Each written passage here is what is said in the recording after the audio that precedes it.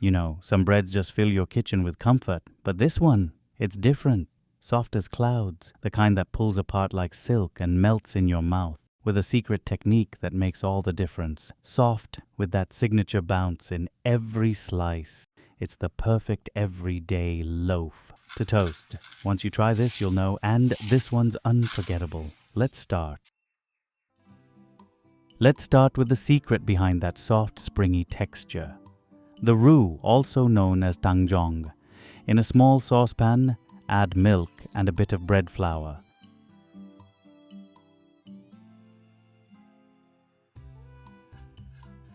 Mix until completely smooth, no lumps at all.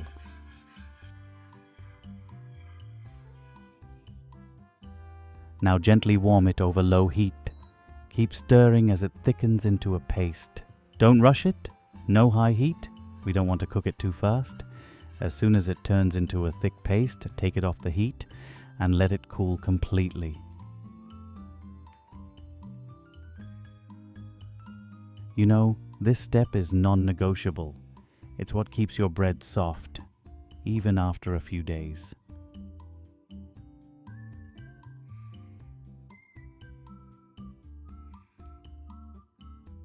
While the paste is cooling, let's prepare the yeast mixture.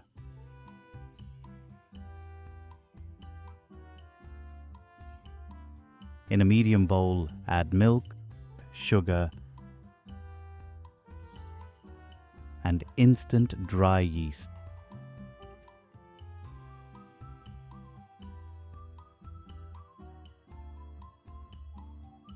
If you're using active dry yeast, remember to activate it first in lukewarm milk. Give it a quick mix and set it aside. Now that both the Tangzhong and yeast mixture are ready, let's move to the dry ingredients. Here, I'm using bread flour, which has 13.7% protein. A quick tip here, higher protein flour absorbs more liquid. So while kneading, you might need to adjust with a little extra milk or flour. If you don't have bread flour, don't worry. All-purpose flour works too. Now sift the flour, and sifting makes it airy and smooth. As you sift, add in the salt as well.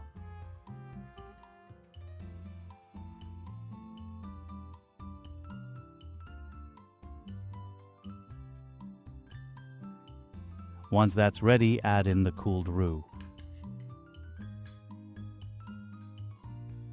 And begin kneading on low speed just to bring everything together.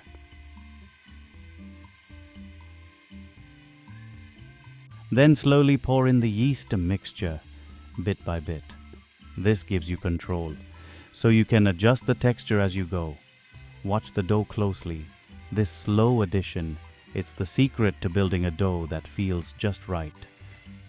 At first the dough will feel sticky, but be patient. Keep kneading. You'll notice it start to come together, soft, shiny, and slightly tacky. If the dough feels too sticky or too dry, add just 1 tablespoon of flour or milk at a time to adjust. It's all about feel and texture. Once it's looking smooth, knead for about 5 to 6 more minutes. That's when the gluten starts forming. Now it's time to add soft, room temperature butter. This part's important. Make sure your butter blends in smoothly. That way it gets absorbed easily into the dough, without making it greasy or loose. You'll notice the texture change. The dough becomes smooth, rich, and elastic. Take a look at the dough. You can see here, it still looks a bit broken, not soft, not smooth. That's completely normal at this stage. It just means the butter hasn't fully blended yet, and the gluten needs more time to develop. So don't stop here. Keep kneading, and you'll see the magic happen. For me, it took around 20 minutes total. But this can vary depending on your mixer capacity. Here's what you're looking for. Dough that's soft, elastic, smooth, and when stretched, it should be almost transparent. That's how you know. Your bread will be light, fluffy, and airy every single time. So our dough is ready. Soft, smooth, and elastic, just the way we want it. Let's move on to the first rise. Grab a large bowl, lightly spray or rub it with oil. Place the dough in gentle and cover it with a lid or clean towel. Now let it rest until it doubles in size. This usually takes about an hour, but timing can vary based on your kitchen.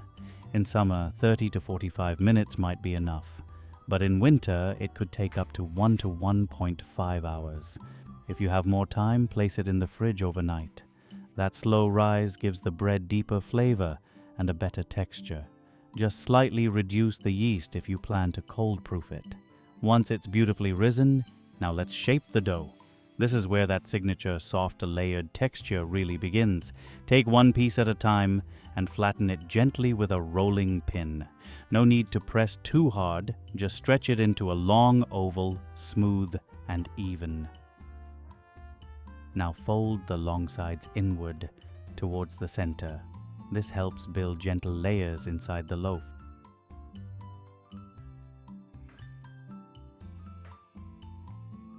Then start rolling from the short end, tight, but not too tight. Like you're making a jelly roll, roll all the way to the end, and once you reach the edge, pinch the seam closed. That little pinch keeps the shape while baking, so your loaf doesn't open up or flatten. Now place each roll, seam side down, in a greased loaf pan, side by side, so they rise together. Now it's time for the final proof. Cover the pan with a lid or wrap and place it in a warm spot until it reaches 80% proofed. You'll know it's ready when the dough rises near the rim, bouncy, soft, and full of life. Once the dough has risen beautifully, it's time to bake. Go ahead and preheat your oven to 170 degrees Celsius.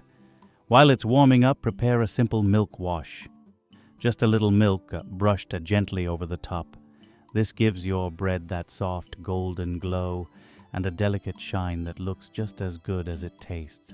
Now place it in the oven and bake for about 30 minutes until it's beautifully golden on top. And when it's done, just look at this. That rich, shiny crust, the soft cloud-like crumb inside. This is the kind of bread you'll want to make again and again. For breakfast toast, for sandwiches, or just a cozy snack with tea. Every bite of this bread feels like a warm embrace. So go ahead, make it once, and you'll never want store-bought again. So, how was the recipe?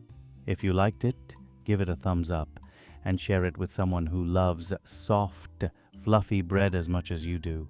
Try it at home and let me know how it turned out. I'd love to hear your feedback in the comments below.